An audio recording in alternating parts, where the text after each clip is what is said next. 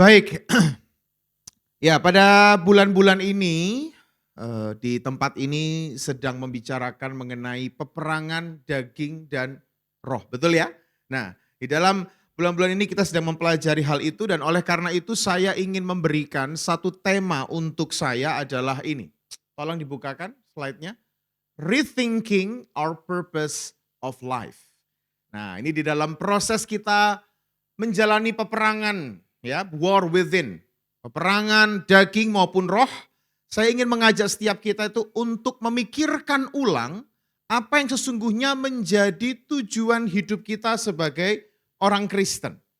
Karena kalau tujuan ini betul-betul kita pahami, kita betul-betul mengenali tujuan hidup kita sebagai orang Kristen, maka itu yang akan memampukan kita untuk bisa hidup berjalan di dalam roh dan mengalahkan segala keinginan daging kita. Nah, teman-teman semua kalau kita berbicara tentang purpose of life, ada yang bisa bantu saya nggak? Apa sih sebenarnya kalau kita mendengar kata purpose of life, rethinking our purpose of life. Kira-kira waktu mendengar kata purpose of life, apa yang muncul di pikiran kita? Quick answer ya. Tujuan hidupnya apa? Itu diterjemahkan kalau menurut saya itu diterjemahkan itu ya. Nah, purpose of life, coba yang lain yang ngasih pengumuman tadi. Purpose of life, nah, kira-kira apa nih?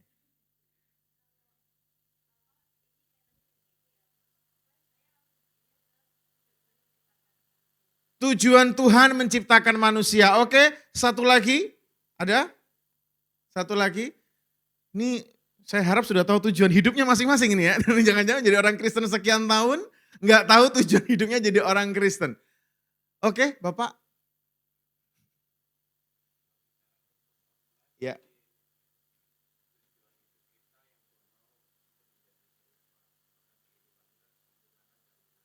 Oke, mantap. Bapak aja yang khotbah ya. Oke, baik ya. Teman-teman semua kalau kita berbicara rethinking our purpose of life, saya ingin mengajak setiap kita untuk next slide terlebih dahulu. Nah, bahwa life, apa sih yang dimaksud dengan life? Hidup. Hidup itu kalau seseorang dikatakan hidup, itu adalah suatu keberadaan yang dikarakteristikkan dengan yang namanya pertumbuhan, pengejaran akan tujuan yang penuh makna. Itulah hidup. Jadi ketika Tuhan menciptakan kita menjadi makhluk yang hidup, maka sesungguhnya Tuhan itu sudah menciptakan kita menjadi satu makhluk yang dikarakteristikkan dengan pertumbuhan. Itulah yang sebetulnya kita kejar di dalam kehidupan ini adalah hidup yang bertumbuh. Makanya Yesus berkata berbuah. Karena itulah tanda daripada yang namanya hidup. Bahkan bukan hanya sekedar bertumbuh, tetapi juga merupakan pengejaran akan tujuan yang penuh makna. Kita ini sebetulnya melakukan apapun saja, itu tujuannya satu. Ingin mendapatkan makna di dalamnya. Karena kalau sampai kita tidak menemukan makna di dalamnya, hidup kita akan terasa kok kosong. Oleh karena itu sangat terkait bahwa life itu terkait dengan yang namanya purpose. Purpose itu sebetulnya arti sederhananya berbicara mengenai reason. Suatu alasan yang sangat dirasa punya arti dan alasan itulah yang ada di belakang dari setiap aksi dan keberadaan kita. Nah, jadi kalau kita kaitkan purpose of life berarti kita memiliki sebuah alasan di dalam segala sesuatu yang kita lakukan. Kita selalu punya alasan di balik dari keberadaan kita. Dan itulah yang menggerakkan seluruh kehidupan kita hingga kita mengejar apa yang paling bermakna di dalam kehidupan kita. Itulah yang dikatakan purpose of life. Nah, berbicara tentang purpose of life, saya menarik sekali. Coba di next. Next. Nah, siapa nggak kenal dengan Doctor Strange? Ternyata Doctor Strange adalah salah satu tokoh yang di filmnya itu ternyata juga sedang rethinking his purpose of life. Saya waktu nonton ini dulu saya cuman tertarik dengan seru-serunya. Waktu saya tonton ulang di hari Sabtu kebetulan gak ada kegiatan apa-apa gitu ya, 2 minggu yang lalu saya tonton sampai selesai. ternyata ada kalimat seperti ini. Kupikir menyelamatkan dunia akan membuatku bahagia. Tetapi tidak. Nah ini menarik ya. Kisah di balik ini adalah, kalau kita yang nonton Multiverse of Madness, itu kan kisahnya langsung dengan kisah hebohnya. Gitu ya. Yang dimana Dr. Strange ini bangun-bangun dalam kondisi dia teringat akan mimpi, dia ada di dalam multiverse dunia yang lain.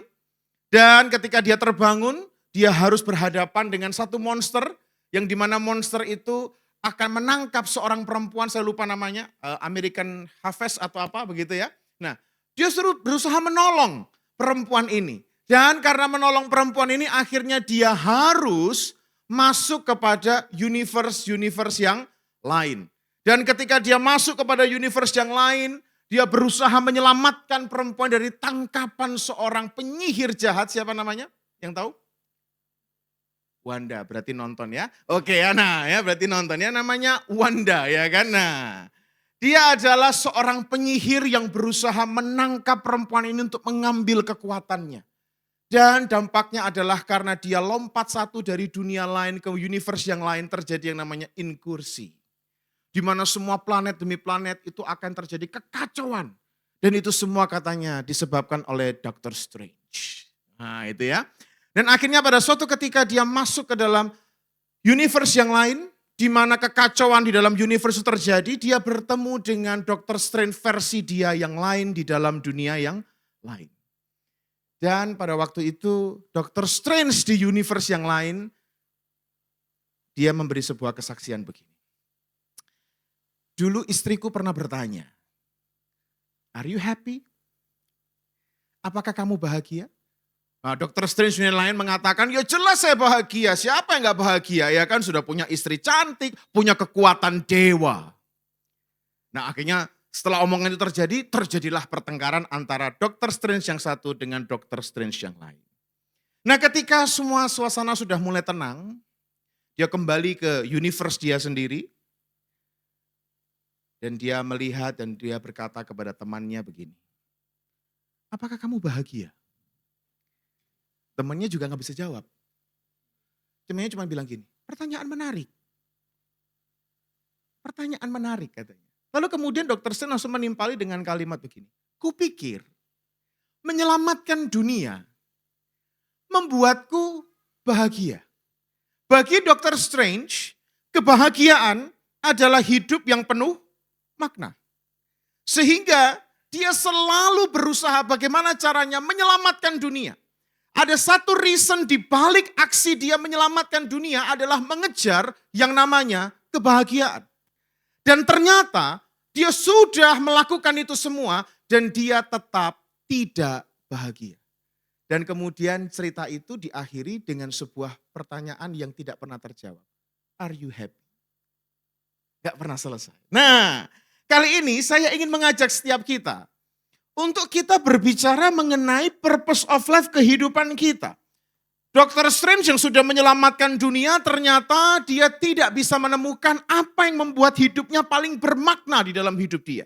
Dan saya harap kali ini setiap kita yang mendengarkan firman Tuhan hari ini dapat mengetahui purpose of life di dalam iman kita kepada Sang Kristus. Coba buka slide berikutnya. Nah saya mengambil dari 2 Korintus 3 ayat yang ke-18. Nah tetapi saya ingin mengajak setiap kita untuk membaca ayat utuhnya dari ayat 14 terlebih dahulu, lalu kita baca sampai ayat yang ke-18. 2 Korintus 3 ayat 14 sampai ayat yang ke-18. Nggak usah dibuka di sini ya, saya akan bacakan untuk kita semua.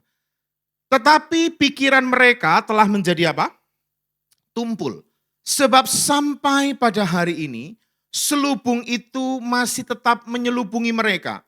Jika mereka membaca perjanjian lama itu tanpa disingkapkan. Karena hanya Kristus saja yang dapat menyingkapkannya. Bahkan sampai pada hari ini setiap kali mereka membaca kitab Musa, ada selubung yang menutupi hati mereka. Tetapi apabila hati seseorang berbalik kepada Tuhan, saya ulangi, apabila hati seseorang apa? Berbalik kepada Tuhan, maka selubung itu diambil daripadanya. Sebab Tuhan adalah roh, dan di mana ada roh Allah, di situ ada kemerdekaan. Dan kita semua mencerminkan kemuliaan Tuhan dengan muka yang tidak berselubung. Dan karena kemuliaan itu datangnya dari Tuhan yang adalah roh, maka kita apa? Diubah menjadi apa? Serupa dengan gambarnya dalam kemuliaan yang semakin besar. Amin. Nah, teman-teman semua, mengapa saya mengambil ayat ini sebagai jawaban bagi tema saya tadi, rethinking our purpose of life. Kalau kita berbicara mengenai konteksnya, Paulus secara sederhana sebetulnya ingin mengajak pembaca pada waktu itu untuk mengerti bahwa di dalam pelayanan dia, pelayanan dia sebagai rasul Tuhan, dia ingin memberitahu kepada jemaat bahwa dulu itu ada yang namanya pelayanan perjanjian lama. Di mana dalam perjanjian lama ada hukum yang tertulis di loh batu, dan di dalam hukum itu pun disertai dengan kemuliaan Tuhan yang sangat luar biasa. Nah, tetapi di dalam pelayanan dia yang baru kali ini, pelayanan perjanjian baru itu adalah pelayanan yang kemuliaannya jauh lebih besar, jauh lebih mulia daripada perjanjian lama. Kenapa? Karena dituliskan bukan lagi di dalam loh-loh batu, tetapi oleh Roh Kudus dituliskan di dalam hati kita. Sehingga kemuliaan yang menyertai pelayanan perjanjian baru jauh lebih besar, jauh lebih mulia, dan seterusnya. Nah, Paulus mengatakan kalau dulu saja pelayanan yang perjanjian lama disertai dengan kemuliaan yang begitu luar biasa, bahkan Musa harus menutupi kemuliaan Tuhan ketika kemuliaan itu dilihat oleh orang Israel, kemuliaan itu bisa pudar. Tetapi kemuliaan perjanjian baru nggak perlu kamu tutupi. Kemuliaan itu tidak akan pernah pudar karena kemuliaan itu disertai oleh roh Allah. Nah, tetapi kemuliaan yang lama ini tidak berarti apa-apa dibandingkan dengan kemuliaan perjanjian baru. Bahkan orang-orang yang masih ada di dalam pelayanan perjanjian lama mengalami suatu problem di dalam kerohaniannya. Sehingga tidak dapat melihat betapa mulianya kemuliaan perjanjian baru ini. Nah, Paulus kemudian menutup dengan kalimat ini. Kita semua orang Kristen mencerminkan kemuliaan Tuhan dengan muka yang tidak apa? Berselubung. Nah, inilah alasannya dia mengatakan seperti itu. Nah, jadi oleh karena pelayanan perjanjian lama ini membuat orang menjadi punya masalah dalam kerohanian. Sehingga tidak mampu melihat kemuliaan Allah yang jauh lebih besar dari kemuliaan perjanjian lama. Maka masalah rohani inilah yang harus kita kenali untuk kita dapat mengenali purpose of life kita di dalam pelayanan perjanjian baru yang Kristus telah adakan. Nah, sekarang kita mulai dulu dari faktor penyebab. Ya, apa faktor penyebab dari orang tidak dapat melihat purpose of life di dalam kehidupan dia? Tidak dapat melihat kemuliaan Allah yang jauh lebih besar yang telah Allah nyatakan di dalam Kristus. Faktor penyebab itu dimulai dari pikiran mereka yang telah menjadi tumpul. Saya ingin membahas dua kata ini. Ada kata pikiran, ada kata tumpul. Kita lihat dahulu kata pikiran. Kata pikiran dalam Yunani itu menggunakan kata nous. Coba ulangi bersama saya. Nous, itu bukan nous ya, tapi bacanya apa? Nous ya. Oke. Kata pikiran itu nous, lebih tepat diterjemahkan sebagai eye of the heart. Kenapa? Karena nous ini memang nggak bisa diterjemahkan dengan bahasa yang lebih detail selain hanya mata batin atau mata jiwa. Tidak berarti kemudian saya akan membuka mata batin setiap kita. Bukan ya? Tapi mata batin yang saya maksud di sini adalah mata rohani kita. Dia terletak di dalam hati kita. Itulah nous. Dan nous ini punya peran yang sangat luar biasa di dalam perjalanan kerohanian seseorang. Nous ini dipandang sebagai penghubung atau jembatan antara pikiran dan hati. Kenapa? Karena nous ini melampaui akal pikiran dan nous inilah yang membuat seseorang mengenal Allah dan bersekutu dengan Allah. Orang boleh tidak sekolah teologi, tapi kalau nous-nya itu terbuka mata rohaninya, dia dapat mengenal Allah dengan benar. Maka itu Yesus berkata apa? Yang suci hatinya akan melihat Allah. Dia katakan suci hati. Berarti nous-nya bersih. Nous-nya suci. nose-nya murni. Dia yang akan mampu melihat Allah. Di dalam budaya Yahudi, mengenal itu bukan dari akal. Dalam budaya Yahudi, mengenal itu melibatkan semua panca indera. Salah satunya adalah melihat. Makanya Yesus menggunakan apa? Suci hati, melihat. Artinya kalau hatinya bersih, nose-nya bersih, nose-nya suci, mata rohaninya terbuka, dia akan pasti mampu mengenal Allah. Makanya di dalam Alkitab, Petrus gak sekolah teologi seperti Paulus. Betul ya? Beberapa murid yang lain adalah dari nelayan, bukan latar belakang teologi, tetapi tulisan-tulisannya memberkati kita. Kenapa? Karena mereka mata rohaninya terbuka. Dan mereka mengenal Allah yang benar. Pikirannya, inilah pikiran. Yang saya mau bahas adalah nose ini. Mata batiniah kita, mata rohani kita. Ketika itu terbuka dan Allah memperkenalkan diri kepada yang dia mengenal Allah, bisa bersekutu dengan Allah, maka pikirannya, pengenalan Allah dengan pikirannya pun juga akan terbawa di sana. Nah, tetapi yang menjadi persoalan, kata Paulus, next. Nose-nya itu tumpul. Tumpul. Tumpul dalam Yunani menggunakan kata poro, yang kemudian di dalam ayat ini kata tumpul menggunakan kata eporoti. Eporoti artinya dibuat tidak mampu mengenal kebenaran rohani. Setiap manusia yang diciptakan Allah sebenarnya memiliki nose untuk mengenal Allah. Tetapi karena manusia telah terikat pada dosa dan manusia dikuasai oleh dosa, sehingga pikirannya telah menjadi dibuat tidak mampu mengenal kebenaran rohani. Mata rohaninya dibuat menjadi buta. Bahkan dalam Efesus 4 ayat 17, Paulus menyebutnya dengan istilah lain, jangan hidup lagi sama seperti orang-orang yang tidak mengenal Allah dengan pikirannya yang sia-sia. Perhatikan, tidak mengenal Allah, nose-nya sia-sia. Kembali ke slide saya tadi. Nah, dibuat dikatakan di sana sia-sia, diterjemahkan tidak efektif. Tidak ada gunanya, nggak berfungsi. Makanya teman-teman semua, kalau ada orang yang tidak bisa mengenal Injil, yang sudah kita pakai debat, metode apologetika, kita sudah menerangkan Yesus luar biasa, masih menolak, persoalannya di sini. Kenapa ada orang ateis? Karena nose-nya eporoti. Coba diulangi. Eporoti. Ya, itu bukan eporote, ya. Eporoti. Nah, ya.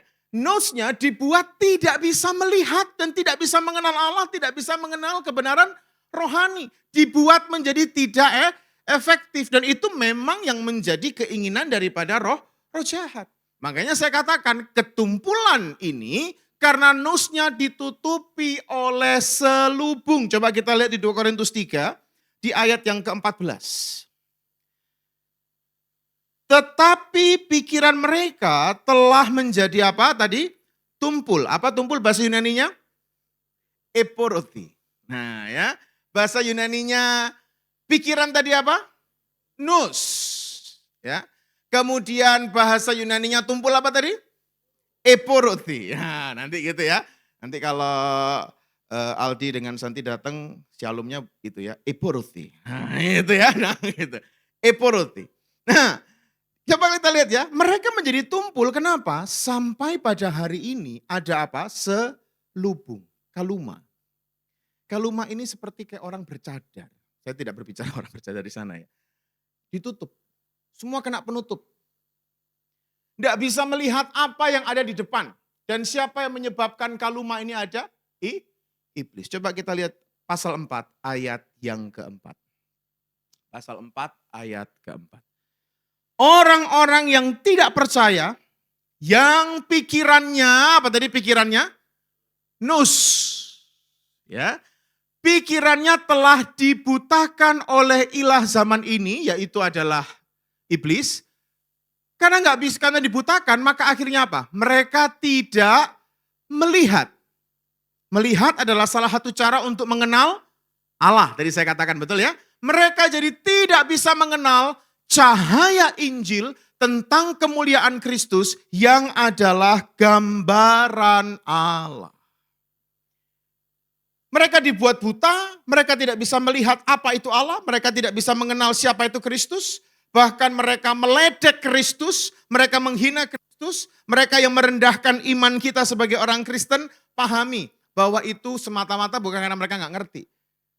Teman-teman semua orang yang di luar sana, yang non-Kristen, mereka yang mendebat iman Kristen dengan Alkitab lah, dengan terjemahan ini, terjemahan itu, bukannya mereka nggak ngerti sebetulnya dengan Alkitab itu. Mereka ngerti. Tapi persoalannya apa? Nose-nya dibutakan. Iblis menggunakan apa? Selubung. Supaya memang mereka nggak kenal Yesus. Paham ya? Sampai di sini ya. Nah, sehingga yang terjadi apa? Kita kembali ke ayat 14 tadi. Lanjut ke slide saya. Next. Bahkan sampai pada hari ini setiap kali, maksudnya mereka ini adalah orang Yahudi, membaca kitab Musa, ada kaluma yang menutupi hati di mana nose mereka itu berada. Mereka tidak bisa melihat kitab perjanjian lama itu sedang berbicara tentang apa. Kitab perjanjian lama berbicara tentang apa? Coba kita lihat next berikutnya. Kitab suci dalam perjanjian lama bisa memberi apa? Hikmat, dan ini poin pentingnya. Kitab suci atau kitab Musa itu bisa menuntun kepada apa? Keselamatan oleh iman kepada Kristus Yesus. Jadi sekali lagi saya mau tekankan nos ketika dibuat eporoti, dibuat tidak efektif, dibuat tidak bisa melihat sebuah kebenaran meskipun di hadapan mereka ada kitab suci. Padahal ini adalah kitab suci yang diwahyukan oleh Allah. Tidak mungkin isinya menyesatkan, tidak mungkin. Tetapi kenapa setiap kali membaca ayat perjanjian lama, orang Yahudi tidak bisa melihat Kristus di dalamnya. Kenapa? Karena mereka menggunakan kaluma. Nos mereka dibuat eporoti, tidak dapat melihat. Bahkan selanjutnya, kebutaan nos, next, membuat apa? Semua orang telah berbuat dosa dan kehilangan kemuliaan Allah. Apa sih makna dosa? Next. Dosa adalah ini, meleset dari sasaran. Kehilangan kemuliaan Allah artinya terpisah dari hidup yang berasal dari Allah dan terpisah dari purpose of life. Dia bukan hanya membuat orang tidak bisa mengenal Kristus, tetapi yang seharusnya purpose hidupnya itu tertuju kepada sasaran yang tepat yaitu Kristus, sekarang dibuat apa berarti? Gara-gara manusia tertutup. Meleset. Mengenai sasaran yang lain. Sehingga wajar ketika ada orang di luar sana yang mengejar tujuan hidup yang semu. Kita lihat bagaimana tujuan hidup semu itu diajarkan. Next. Seorang tokoh yang namanya Aristotle, dia mengatakan begini. Happiness is the meaning and the purpose of life. Kebahagiaan itu adalah makna dan tujuan daripada hidup seseorang. The whole aim and the end of human existence. Seluruh sasaran dan akhir daripada keberadaan manusia. Bagi Aristotle, hidup yang penuh makna adalah hidup yang berbahagia. Dan itulah seluruh tujuan hidup manusia. Semua manusia kepingin ke sana. Makanya setiap kali kita suntuk pasti healing kita kemana? Keluar kota, jalan-jalan, kuliner. Kenapa? Karena yang kita kejar adalah happiness. Tetapi pertanyaan saya, setelah kita mendapatkan semua itu, betul-betul true happiness atau tidak? Bahkan Aristotle mengatakan begini, untuk mencapai happiness itu, kamu harus hidup living in accordance with virtue. Memiliki sebuah nilai moral yang baik. Berapa banyak orang Kristen juga seperti ini. Kamu kalau mau happy, mau diberkati Tuhan, kamu mesti punya moral yang baik. Kamu mesti menyenangkan hati Tuhan supaya hidupmu dibuat Tuhan diberkati. Kalau kamu diberkati Tuhan, kamu happy. Sungguh-sungguh ke gereja, sungguh-sungguh dengan Tuhan. Sungguh-sungguh mengenal Tuhan supaya happy. Sebetulnya yang dicari bukan Kristus. Kristus itu cuma tempelan untuk mengejar happy. Tapi bukan Kristus yang dikejar, tetapi happiness. Dengan cara apa? Wah, berusaha untuk hidup baik, berusaha nggak berbuat jahat, hidupnya lurus-lurus aja. Karena happiness yang saya mau kejar. Berikutnya lagi, seorang tokoh lain yang bernama Epikuros. Dia mengatakan gini, the highest good is apa? Pleasure. Apa pleasure artinya? Kesenangan, kenikmatan. Tapi kenikmatan dalam hal apa? Which is the freedom of the body from pain. Bebas dari rasa sakit tubuh. And freedom of the soul from confusion. Jadi bagi dia, kebahagiaan atau kebaikan yang tertinggi itu adalah pleasure. Pleasure itu adalah hidup yang bermakna, kata dia. Kalau kamu dapat pleasure, wah kamu mendapatkan makna tertinggi. Bagaimana caranya? Kamu harus menghindari sakit tubuh. Wah, makanya banyak orang berusaha mengejar hidup sehat. Karena berpikir yang penting, wah diberkati Tuhan, cukup yang penting sehat. Nah, selalu begitu ya. Kita nggak mau menderita. Kita jadi orang Kristen nggak mau tersiksa. Kenapa? Karena itu pain bagi tubuh kita. Kalau orang menderita, orang sengsara, betul ya? Orang yang selalu dalam kesesakan, itu yang pain bukan cuma tubuhnya. Tetapi apa? Jiwanya juga pain. Jiwanya juga merasa khawatir, cemas, takut. Kata Epikuros, selama kamu hidup dalam ketakutan, dalam kecemasan, dalam kekhawatiran, karena mungkin keadaan keuanganmu nggak beres, kamu sengsara, kamu mungkin dijahati orang, kamu susah hidupmu, kamu sakit-sakitan. Penyakit tubuh dan jiwa yang selalu takut, selalu khawatir, membuat kamu tidak mencapai hidup penuh makna. Pleasure itu nggak dapat. Wah, akhirnya banyak juga orang Kristen yang punya pola pikir seperti ini. Purpose of life-nya meleset dari tujuan. Yang dikejar apa? Pleasure. Wah, firman, apalagi pakai ngutip ayat. Wah, itu udah paling gampang orang Kristen ngutip ayat ya kan. Firman Tuhan katakan, jangan khawatir. Karena segalanya akan ditambahkan kepadamu kalau engkau apa? Mencari kerajaan Allah dan kebenarannya. Sebetulnya yang diinginkan orang Kristen itu, yang ditambahkan itu. Kenapa? Karena kalau kesehatanku ditambahkan, sakit penyakitku disembuhkan, semua hidupku diberkati, semuanya tercukupi, pasti jiwaku tenang. Apalagi kalau itu ditambahin nyanyi, tenanglah, betul ya? Jiwaku, jadi semuanya. Semuanya yang dikejar sebetulnya pleasure, tetapi Kristus atau Allah hanya dijadikan tempelan untuk mencapai pleasure. Hati-hati. Tujuan-tujuan ini nampak baik, apalagi ditambahin dengan dasar-dasar Alkitabiah dan dengan alasan-alasan yang rohani.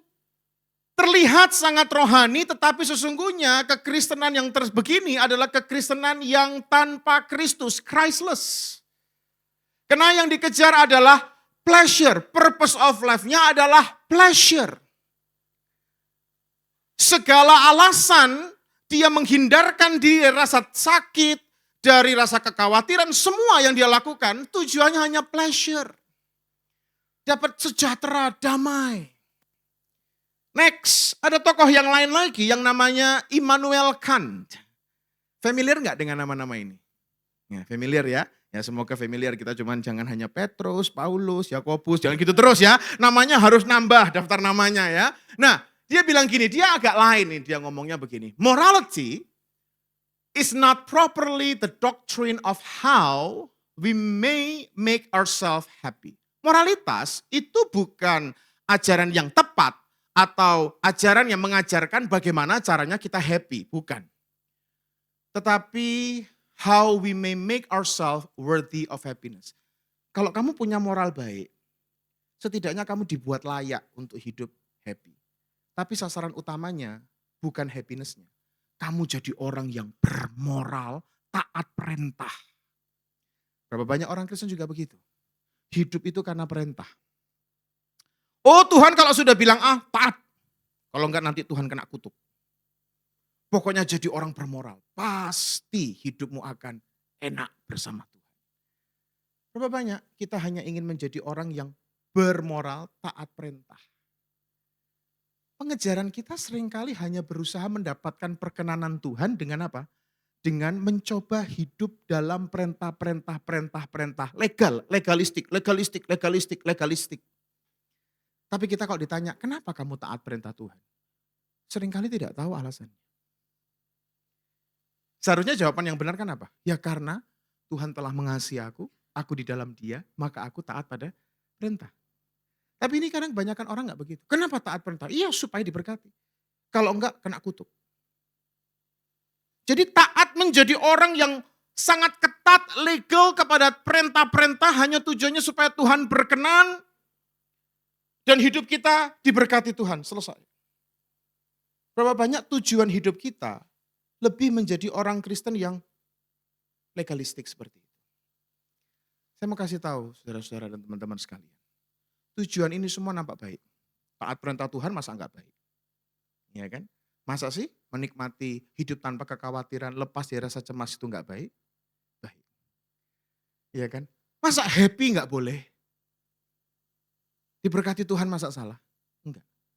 Tetapi saya mau beritahu. Nose yang tertutup bisa membuat orang tidak sadar bahwa sebenarnya yang baik semacam ini pun itu adalah tujuan hidup yang semu dan membinasakan. Kelihatannya baik. Lalu apa solusi bagi penyakit rohani manusia kita? Kita lihat, next. Apa solusi bagi penyakit rohani manusia? Jawabannya adalah kuasa Injil. Next. Inilah ayat yang saya ambil. 1 Korintus 15 ayat 3 sampai 4. Kristus telah mati karena dosa-dosa kita sesuai dengan kitab suci dan bahwa ia telah dikuburkan dan bahwa ia telah dibangkitkan pada hari yang ketiga sesuai dengan kitab suci.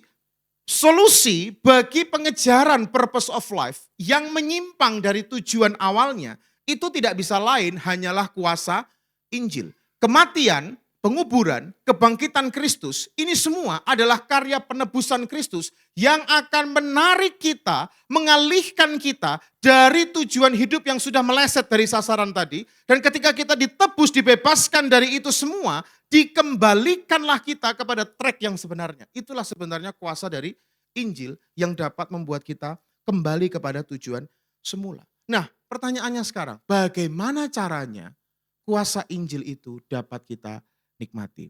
Yang pertama, hanya ada 2 poin saja. Yang pertama, next. Communion with Christ. Menyatu atau bersekutu dengan Kristus. Coba kita lihat di 2 Korintus pasal 3 ayat yang ke-14.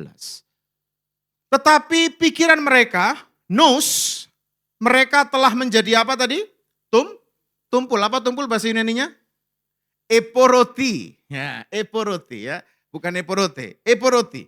Nah, menjadi tumpul sebab sampai pada hari ini selubung kaluma itu masih tetap menyelubungi mereka jika mereka membaca perjanjian lama itu tanpa disingkapkan.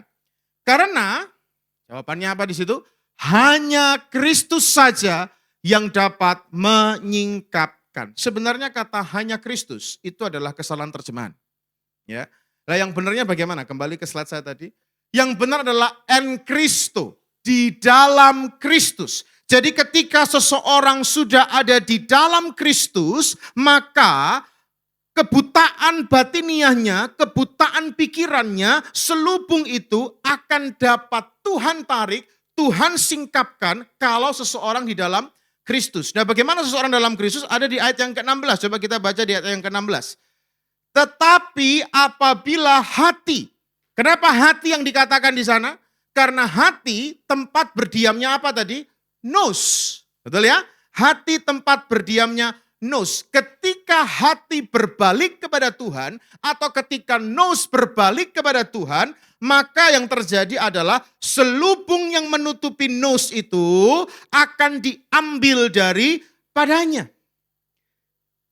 Dan inilah yang terjadi kalau kita bersatu di dalam Kristus atau kita menyatu communion dengan Kristus. Coba kita lihat next slide. Kristus dalam inkarnasinya, ia mengambil daging dan totalitas kemanusiaan dan mengalahkan apa? Iblis, kuasa dosa dan maut. Itulah yang Kristus telah lakukan di dalam karya penebusannya. Dia datang ke dunia menjadi bayi dan seterusnya. Inilah yang dia lakukan. Dia mengambil totalitas kemanusiaan kita, mengalahkan iblis, kuasa dosa dan maut. Dan kalau kita menyatu dengan Kristus yang sudah mengalahkan iblis, kuasa dosa dan maut oleh iman kita, itu akan membuat yang buta dan mengejar tujuan yang semu menjadi melihat dan dikembalikan kepada tujuan ultimat kita, apa namanya? Keserupaan Kristus. Kita bisa lihat di ayat 18. Kita lihat ayat 18. Dan karena kemuliaan itu datangnya dari Tuhan yang adalah roh, maka kita apa? Diubah menjadi serupa dengan gambarnya. Bagi Kristen, ultimate purpose, hidup yang pengejarannya penuh makna, itu adalah Kristus. Happiness yang disampaikan Aristotle, itu tidak ada artinya kalau dibandingkan dengan Kristus. Pleasure yang sedang kita kejar, yang sebetulnya pleasure tidak akan pernah mengisi kekosongan hidup kita, itu hanya bisa didapatkan di dalam Kristus. Pleasure yang sejati.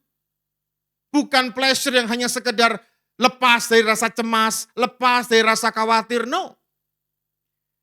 Lepas dari rasa sakit fisik, tidak. Bahkan kalau kita melihat orang-orang yang ada di dalam Kristus adalah orang-orang yang paling mendapatkan banyak pain di dalam badinya. Apa? Menderita karena Kristus. Tetapi mereka nggak ada masalah itu. Kenapa? Karena ketika mereka menderita, ketika mereka merasakan sakit di sana, mereka telah mendapatkan purpose of life-nya, yaitu adalah apa? Kristus. Kalau aku bersama dengan Kristus, aku menderita untuk Dia. No problem. Karena Kristus yang telah menjadi utama di dalam kehidupan kita. Jadi kalau ditanya apa sih makna hidup orang Kristen? Yang membuat orang hidup Kristen bermakna itu serupa dengan Kristus. Gak ada yang lain. Perjalanan serupa dengan Kristus memang banyak hal yang bisa dikorbankan. Pertemanan. Pain gak? Pain. Hatimu sakit ditinggalkan teman-teman. Kalau sasarannya pleasure seperti Epikuros, ditinggalkan teman-teman seperti itu hanya karena iman, tercapai nggak pleasure-nya? Berarti nggak tercapai dong purpose of life-nya. Kalau nggak tercapai purpose of life-nya, ngapain hidup?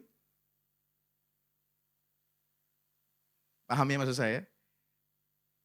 Tapi kalau orang itu yang penting Kristus, dia mau dihempaskan, dia mau mengalami pain, dia mengalami ketakutan. Bahkan Pak Paulus pun mengakui kerapuhan dirinya kok. Dia mengatakan apa di dalam Alkitab? Kami pun dibebani dengan beban yang berat, hampir mau mati rasanya. Dia sadar bahwa dirinya, jiwanya in confusion. Dia merasakan fear, dia merasakan khawatir, dia merasakan cemas. Tetapi loh dia bisa ngomong begini, tetapi itu tidak masalah. Kenapa nggak masalah? Karena ada penghiburan Allah yang berlimpah-limpah di dalam Kristus. Perhatikan, orang-orang yang sadar bahwa tujuan ultimatnya adalah serupa dengan Kristus, dia tidak ada permasalah dengan pleasure yang sifatnya jasmania seperti itu. Dia tidak peduli. Karena yang hidup bermakna adalah serupa dengan Kristus. Serupa dengan apa? Serupa dengan seluruh kehidupan Kristus selama dia ada di dunia. Kristus selama di dunia, kalau diukur dari kacamatanya Aristotle, harusnya dia mendapatkan happiness enggak? Moralnya baik, siapa yang mengatakan Yesus moralnya buruk? Betul ya, moralnya baik. Tapi kalau dari kacamata manusia, enggak happy hidupnya. Orang dijauhin banyak orang. Datang ke satu kota ditolak. Betul ya? Dibenci oleh banyak orang. Kalau dari kacamata Epikuros, pleasure, harusnya Yesus nggak mendapatkan tujuan itu kan, harusnya. Tapi perhatikan, beda. Kalau orang yang memang serupa dengan Kristus dalam seluruh hidupnya di dunia, dia tidak akan merasa kekurangan apa-apa. Karena dia sudah menemukan makna sejati dalam hidupnya adalah keserupaan Kristus. Not pleasure, not happiness, not morality. Tapi Christ likeness. Serupa dengan Kristus. Nah tapi yang menjadi persoalannya adalah daging kita itu tidak akan pernah setuju kalau kita itu serupa Kristus. Daging akan selalu membuat kita apatis rohani. Orang apatis rohani itu gampang, tanda awalnya sederhana. Suka mengabaikan hal-hal yang sifatnya rohani di dalam kehidupan dia. Dan dia tahu bahwa itu harus dilakukan tetapi tidak dilakukan. Contohnya, paling simpel, berdoa. Yesus waktu di Getsemani, situasi genting gini. Yesus aja sampai mengatakan, hatiku hampir mau mati rasanya. Itu kalau orang psikiater dengar omongan Yesus saat ini, akhirnya Yesus ngomong di saat ini. Itu omongan yang perlu diterapi itu. Kenapa? Bahkan ketakutannya sampai membuat keringatnya berubah menjadi darah. Oh, bagi psikiater ini gak main-main. Tapi muridnya bisa apatis. Ngapain mereka? Terus Yesus jawabannya apa? Roh penurut, daging lemah. Tapi berapa banyak kita menuruti daging dan tetap merasa baik-baik saja. Tapi kalau ditanya motonya, kepengen apa? Serupa Kristus. Pesta. Tenan dah. Apatis rohani, gak ada gairah, gak peduli sama sekali dengan hal-hal yang sifatnya rohani. Diabaikan. Membaca kitab suci jelas. Ayatnya mengatakan berbahagialah orang yang kesukaannya ialah Taurat Tuhan. Siang dan malam suka apa? Merenungkan. Berbahagialah kalau suka. Berbahagialah kalau merenung. Lu sudah tahu loh jalan kebahagiaannya itu lewat ini. Tapi berapa banyak yang memilih jalan kebahagiaan dengan cara yang lain? Betul enggak? Tetapi kita masih merasa rohani kita sehat.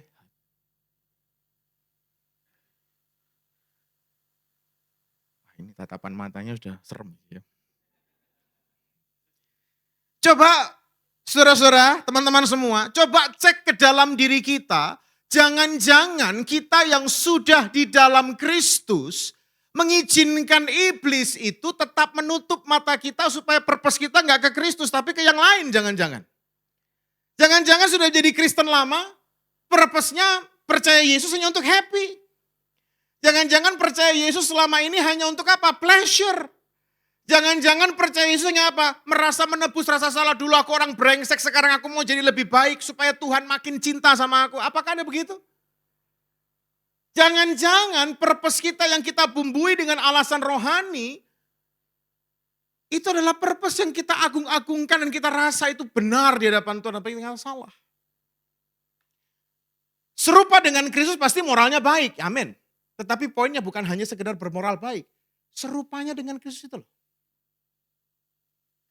Melayani seperti Kristus melayani. Bagaimana Kristus melayani? Dia turun ke kaum marginal. Dia duduk bersama, mendengarkan orang itu berbicara.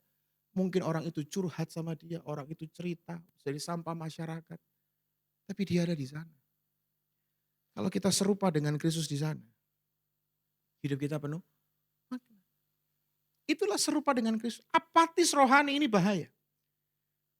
Ini seolah menjadi sebuah pertanda bahwa rohani kita tidak sehat, tetapi kita nggak ngeh kalau rohani kita sedang nggak sehat. Itulah daging kita. Roh akan mengarahkan kita kepada tujuan ultimat, serupa Kristus, serupa Kristus, serupa Kristus. Makanya Paulus berani bilang loh ya, saya agak lupa nih, semoga ayatnya benar nih ya. 2 Korintus, saya kebanyakan buka ayat kitab suci lain soalnya ya. Ya. 2 Korintus pasal yang semoga ini tepat ayatnya. Coba ya, sebentar ya saya cari. 1 Korintus pasal 11. Ayat yang ke-1. 1 Korintus pasal yang ke-11 ayat yang ke-1. Coba boleh dibuka di sini. Apa dikatakan di sini apa? Jadilah pengikutku sama seperti aku juga menjadi pengikut Kristus. Saya terbacakan dalam terjemahan bahasa Inggris. Imitate me. Just as I also imitate Christ. Imitasilah aku. Karena aku juga mengimitasi Kristus. Berapa banyak sih kita yang berani berkata, aku mengimitasi Kristus? Halo? Dia berani mengajak jemaatnya, tirulah aku. Karena aku mengimitasi dia. Jadi orang kalau lihat kita, itu lihatnya Kristus. Karena hidup kita serupa dengan dia. Dalam bertutur kata, dalam bersikap, dalam melayani, di dalam berdoa, dalam relasinya dengan Bapa, ketaatannya dengan Bapa. Semuanya serupa dengan, itulah yang paling bermakna. Yang kedua, yang terakhir. Yang kedua, bagaimana serupa dengan Kristus mengejar kebermaknaan hidup kita. Be in godly community. Jadikanlah komunitas di tempat ini menjadi komunitas yang godly, bukan yang toxic. Kenapa? Karena perhatikan, kalimat-kalimat Paulus dalam ayat ini, yang khususnya yang saya beri warna merah. Kita diubah menjadi serupa dengan gambarnya. Ada kata apa? Kita. Kita ini berarti bukan hanya satu orang. Tetapi Kristus itu datang, gitu ya. Dia ini berbicara mengenai apa? Komunal. Coba kita lihat, next slide. Kedatangan Kristus ke dunia bukan hanya menyelamatkan, tetapi juga mendirikan gerejanya sebagai satu tubuh Kristus di mana semua orang tebusan saling menguatkan dan mendukung menuju keserupaan dengan Kristus. Next. Kata diubah itu artinya ditransformasi. Transformasi Tuhan itu menuju kepada satu tujuan tunggal yaitu keserupaan dengan Kristus. Dan pengubah rupaan yang berpusat pada Kristus ini adalah proses yang berlangsung hingga kedatangan Kristus yang kedua kali. Jadi setiap kita yang saat ini berkumpul di tempat ini yang mengaku bahwa sudah menyatu dengan Kristus, yang mengatakan aku di dalam Kristus, betapa pentingnya untuk melihat komunitas ini sebagai komunitas yang godly dan harus membangun komunitas ini secara godly juga. Kenapa? Karena Kristus bukan hanya mengubahkan satu orang, tetapi dia ingin semua orang di dalam dia secara serentak bersama-sama memiliki arah gerak yang sama menuju dengan Kristus. Dan oleh karena itu kita perlu ada dalam komunitas. Nggak bisa jadi orang Kristen ingin menjadi seperti Kristus tetapi selalu menyendiri. Kemon kita adalah orang yang selalu bisa rapuh. Anytime kita bisa jatuh, betul nggak? Kita selalu tidak mampu menjalani sendiri.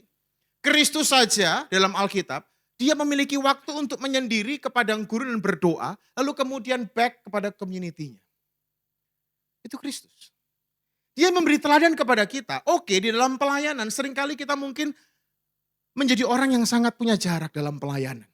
Kenapa? Karena mungkin jemaatnya melihat hamba Tuhannya, wah ini hamba Tuhan yang dihargai, sehingga berjarak. Hamba Tuhan itu banyak yang merasa sendiri loh. Ya kan? Jadi sebetulnya kalau orang yang butuh healing mentalnya itu hamba Tuhan sebenarnya. Bukan jemaatnya. Ya kan? Karena gimana? Terkadang ya hamba Tuhan itu ya. Malam-malam ditelepon orang konseling. Nanti kalau nggak dilayani. Apa? Dibicarakan. Loh, bicarakan hamba Tuhan di belakang itu bikin hamba Tuhannya merasa sendirian loh. Oh nggak dilayani gini. Hamba Tuhan itu banyak yang merasa dikucilkan, merasa sendirian, merasa seperti hanya sebagai butuh-butuhan. Hamba Tuhan itu selalu merasa seperti itu. Kita pun juga sama. Menjadi orang Kristen kita nggak bisa sendiri Bapak Ibu. Kita harus benar-benar bisa berada dalam komunitas yang sehat. Oleh karena itu coba buka Ibrani 10 ayat 25 sampai 26. Ibrani 10 ayat 25 sampai 26. Bisa dibuka di sini. Ibrani 10 ayat 25 sampai 26. Janganlah kita menjauhkan diri dari pertemuan-pertemuan ibadah kita seperti yang dibiasakan oleh beberapa orang. Tetapi marilah kita apa? Saling menasehati dan semakin giat melakukannya menjelang hari Tuhan yang mendekat. Memang dalam satu komunitas itu memiliki sifat, karakter, watak, pribadi, latar belakang yang berbeda. Gesekan pasti ada. Saya bisa membayangkan pada waktu Petrus berkhotbah, berapa yang bertobat? 3.000 orang yang bertobat. Itu wataknya, karakternya, sifatnya beda-beda. Tapi kok bisa ya ayat di bawahnya bilang gini, mereka semua yang percaya tetap bersatu. Oh itu berarti apa?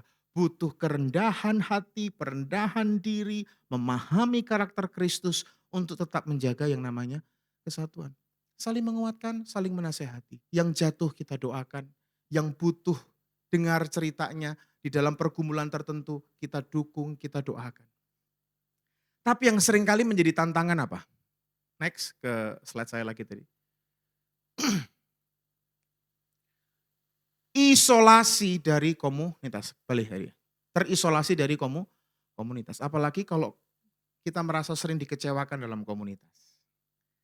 Ya kan? Kalau sering dikecewakan, berapa banyak sering gini, sudah enggak usah gereja-gerejaan. Lebih baik aku di bar, tapi jadi orang baik daripada ke gereja. Suka sikut-sikut sana sini. Benar nggak filosofi itu?